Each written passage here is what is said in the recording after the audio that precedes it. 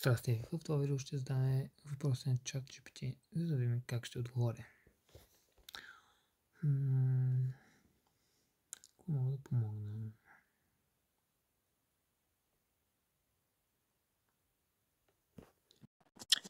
Здрасти, какво правиш? Аз съм тук, за да ти помагам. Говорим си и ако имаш въпроси или нещо, с което мога да съдействам, просто ми кажи. Добре.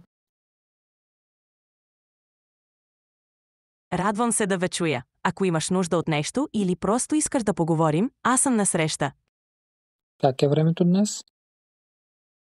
Мога да проверя за теб. Само ми кажи в кой град или регион се намираш, за да ти дам точна информация за времето. Пловдив.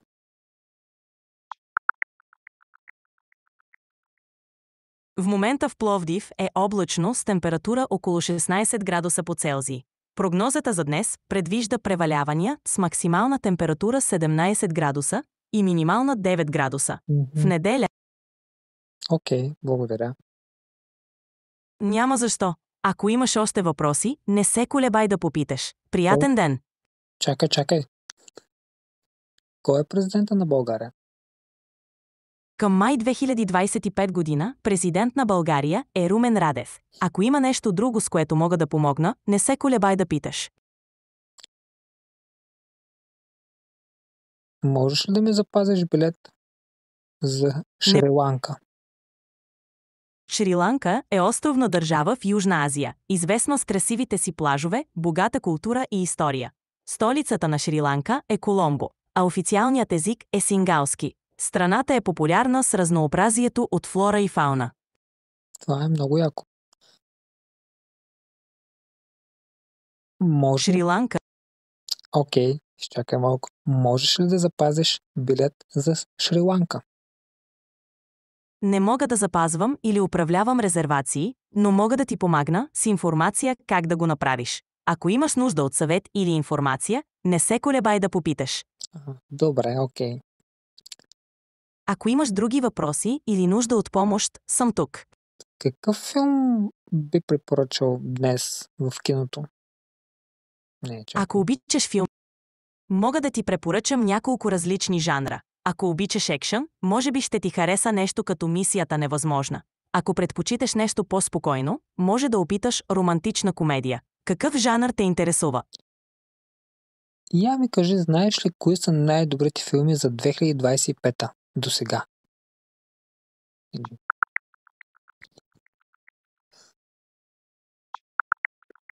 Някои от най-добрите филми през 2025 година включват Нежа 2, който щупи рекорди на бокс-офиса, Mission Impossible The Final Reckoning с Том Круз и Sinners, който спечели високи оценки от критиците. А какво мислиш за Thunderbolt? Thunderbolt е един от най-очакваните филми за 2025 година. Това е екшън приключения с невероятни визуални ефекти и завладяващ сюжет. Ако обичаш екшън и приключенски филми, определено си струва да го гледаш. Да. Звучи като... Да. Радвам се, че ти харесва. Ако решиш да го гледаш, надявам се да ти бъде приятно. Ако имаш нужда от още препоръки или информация, съм тук. Ти какво мислиш за Sonic филма 3? Гледала ли си го? Соник филмът 3 е доказателно популярна поредица. Третият филм продължава приключенията на Соник, като внася още повече забавление и екшън. Ако харесваш анимационни филми с забавни герои и вълнуващи моменти, може би ще ти хареса. Аз не гледам филми, но чувам много положителни отзиви за него. Яко. Радвам се, че ти е интересен. Ако решиш да го гледаш, надявам се да ти бъде приятно. Ако имаш още въпроси или нужда от препоръки, съм тук. Кои са най-популярните изпълнители в хип-хопът сега? В хип-хоп популярни изпълнители с момента са Травис Скот, Дрейк, Кендрик Ламар и Карди Би. Те често са в центъра на музикалната сцена и имат много хитови песни. Ако имаш любим изпълнител или търсиш нова музика, мога да помогна с препоръки.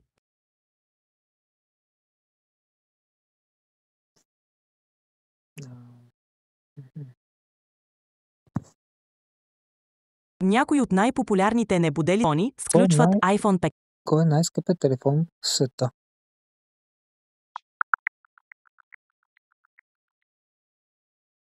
През 2025 година водещите смартфони предлагат впечатляващи характеристики. Google Pixel 9 е препоръчван заради баланса между дизайн, функции и цена. Samsung Galaxy S25 Ultra се отличава с висококачествен дисплей и дълготрайна батерия. Apple iPhone 16 Pro Max предлага изключителна производителност и камера. Ако предпочитате сгъваеми устройства, Samsung Galaxy Z Fold 6 и Z Flip 6 предлагат иновации в дизайна и функционалността. Кой е най-скъпият автомобил в света?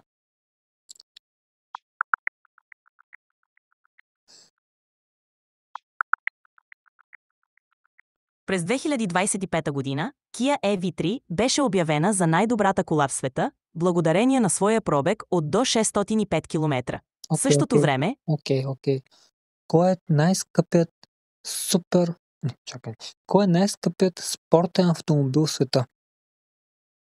Един от най-популярните спортни автомобили през 2025 година е Ferrari SF90 Stradale. Той е известен със своето впечатляващо ускорение и върхова скорост. Друг популярен спортен автомобил е Porsche 911 GT3, който предлага отлично управление и динамика. Ако търсиш нещо по-екзотично, Lamborghini Huracan STO също е сред водещите избори за феновете на високите скорости и лукса. Добре, супер.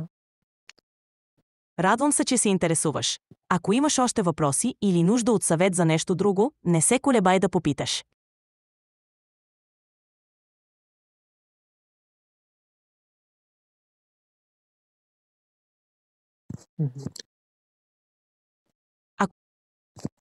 Знаеш ли филмът Американски пай? Да, Американски пай е комедийна филмова поредица, започнала през 1999 година. Първият филм разказва за група тийнейджери, които се опитват да загубят девствеността си преди завършването на гимназия. Филмът стана изключително популярен и даде началото на няколко продължения и спин-офи. Поредицата е известна със своя хумор и забавни моменти. Точно така. Браво. Радвам се, че се сетихме. Ако имаш още въпроси или теби, за които искаш да поговорим, просто ми кажи. Кога е за новия филм Мисията невъзможна?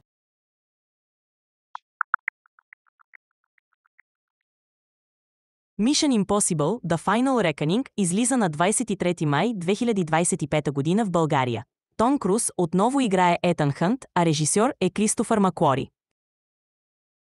Кога е за филмът Отмъстителите?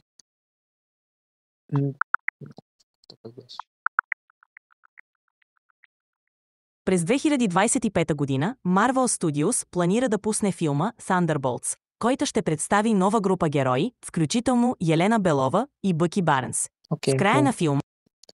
Кога е за филмът Avengers Doomsday?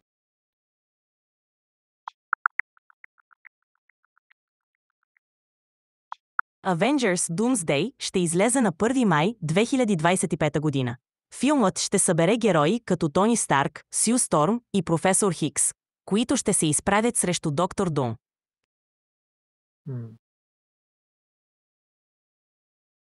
Изглежда, че това Avengers Doomsday все още не е обявен официално или няма конкретна информация за датата на излизане. Ако имаш други въпроси или искаш информация за други филми, съм тук да помогна. Ще има ли нова част на Карибски пирати? Последният филм от поредицата на Карибски пирати е Карибски пирати – Мъртви мъже не разказват тайни. 2017. От тогава не е имало официално продължение или нов филм в поредицата. Има слухове за нов проект, но към момента няма потвърдена дата или официална информация. Кога е за GTA 6?